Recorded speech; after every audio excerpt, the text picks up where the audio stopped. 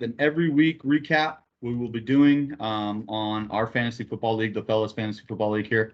So each week we'll go through and we'll talk about, recap on the week before, kind of look at what's coming ahead, maybe make fun of some of you queers, and see where we end up from there. So not to hesitate any further, jump right into our week one recap here.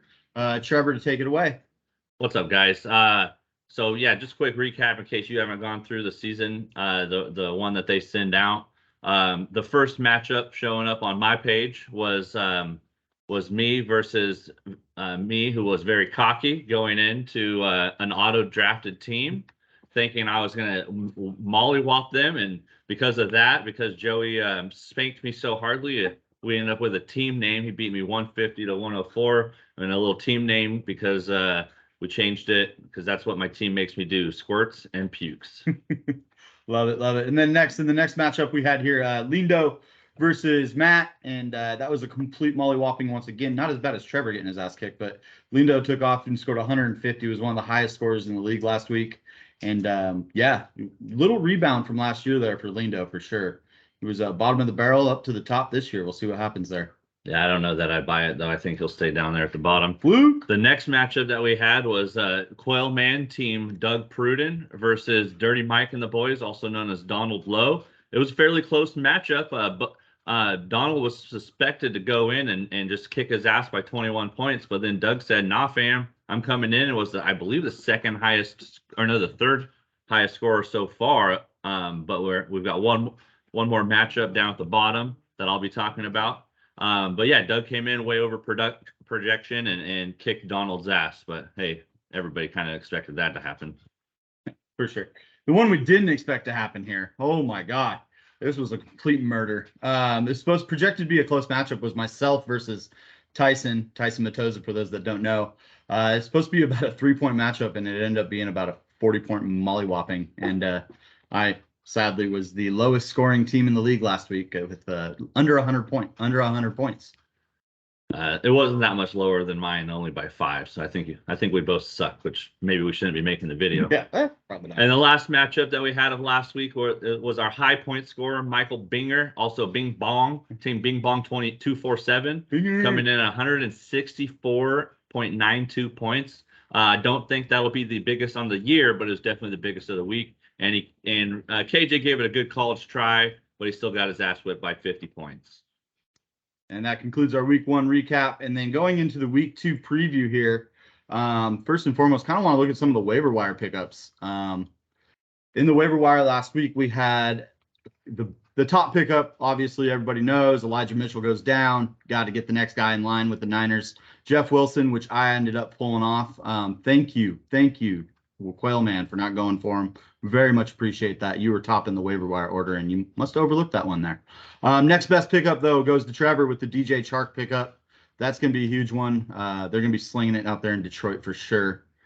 So maybe we could take a look at a couple of those. What was the biggest reason you wanted to go for Jeff Wilson and was hoping that Quail Man would pass it up? I've been saying it for years. There's no bad running backs in the Niners organization. All right, that system is made for running backs. So he'll perform. He'll get yards. He'll get touches. Totally. He looked kind of weak, but maybe he'll pull through this week against a weak Seattle defense. And I went for DJ Chark because he had 11 passes thrown at him last week. And there was a lot of other people that are projected the same and might have even got more points. But I just look at, man, this guy's going to be getting 6+ targets every week. He might be a good option to have. The next pickup was Taysom Hill, dropping by Tyson Matoza. He dropped a tight end out of Cleveland. David, I can't say his last name. Joku. And then Crandall also picked up Austin Siebert. For some reason, he wasted first. Nice little waiver wire pickup on a kicker. Yeah. I love it. Good job, dude. Way to drop yourself to the bottom of the list on a kicker pickup. Yeah, love it. That was pretty smart.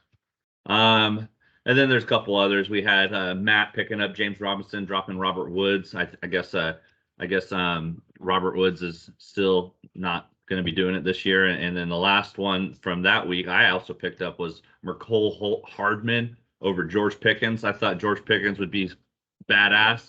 Maybe somebody could pick him up, and he will be. But for me, he was not. I guess he's just a bully. Yeah. Just a bully. Exactly. So then going into the upcoming week here, we're going to look at kind of some of these projections, kind of look at who's playing who here, and kicking it off. Why don't you talk about your own matchup here, Trev? And the other thing we're going to want to do before I get into that, we're probably going to be asking one of you guys each week to come on with us, and we can, pick your brain. It might be the top scorer of each week, or maybe the worst scorer, or somebody. But we're going to try to mix it up and try to get everybody on at least once, so we can pick your brain about your thoughts when you're looking at drafting teams and picking up guys in the middle of the season and how you set your lineups and whatnot. Going into this week, we've got Team Squirts and Pukes. Hopefully they don't make me do that again. I'm having a little trouble with it today. Facing Saucy Matt. Show me your TDs. Both of us underproduced last week. Both 0-1. He's projected to beat me by over 14 points right now, but hey, anything can happen. So we'll see what happens in that matchup. Next matchup, we got Lindo facing off against Joey here. 50 Shades of Trey versus Mean Mug and M&M's. Let me tell you about those M&M's. Oh, my God. 1-0 against 1-0. This is going to be a matchup, I think, of good teams this year. One auto-drafted for sure. So we'll see how that works out. But, yeah, Lindo, we're rooting for you here against that auto-drafted team. You got a 10-point advantage here. I hope you cover that and maybe go above and beyond. So we'll see. We'll see. And our next matchup is myself against Quail Man here. He's projected to beat me. I'll admit it. But, this is a rematch of last year's championship match where he beat me as well. So, I'm looking for a little payback. We'll see. He's projected to beat me by about 7 points right now. So I might be maneuvering on the old waiver wire there and trying to see what kind of free agents I can pick up for this matchup. Which, if I could make a comment about that, I want to say Team Doug Prude and Quellman was probably he's like the New York Giants when they beat the Patriots. Nobody saw that happening. No. I still can't believe that he's 1-0 this week. But hey, maybe Doug knows something about fantasy football that I don't know. Clearly, because my team sucked last week. This next matchup we got is projected to be the closest one we've got. Dirty Mike and the boys, Donald Lowe facing Michael Binger, Bing Bong 247. The current number one in the standings because of his high score last week. They are projected at the moment to be 1.15 apart. 50-50. It's a coin flip right now. If you're a betting person, I'm going with Dirty Mike and the boys because I don't think Bing Bong can pull off another 164. I'll take Binger. $10? $10? $10. You got there it is. Sold. Done. Live betting on the air. You got to love it. Then our next and last matchup, we got Tyson Matoza taking on the groom this weekend here. Old Crandall Vandegrift, the old little guy. Tyson's, looking like it's going to be a mollywhopping here. Tyson 1-0 and going into this. Projected to beat Crandall by about 13 points or so. Crandall also being 0-1. We'll see. Great waiver wire pickup, KJ. We're going to give you the waiver wire pickup of the week with that kicker. That was a great pickup. That might be what gets him over the top. Plus, it's also KJ's wedding this week, so I don't know how much he's going to be able to focus on his team and really coach them up going into Monday night when he's going to need it. No excuses. You're married on Saturday. Football's on Sunday. No excuses. No excuses. And let's do a quick little standings, show off, and then we'll let Ryan close it out.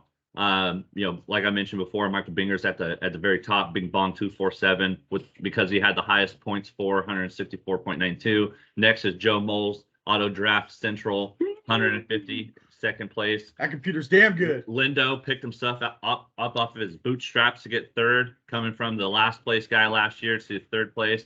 Then we've got Quellman and Red Solo Cup Tyson Matoza as the top five. The rest of them, nobody really cares. They all were losers last week. We suck.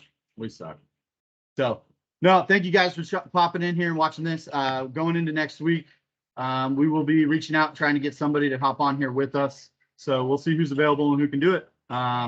Looking forward to it. Good luck, and see you guys later. See you later. Bye.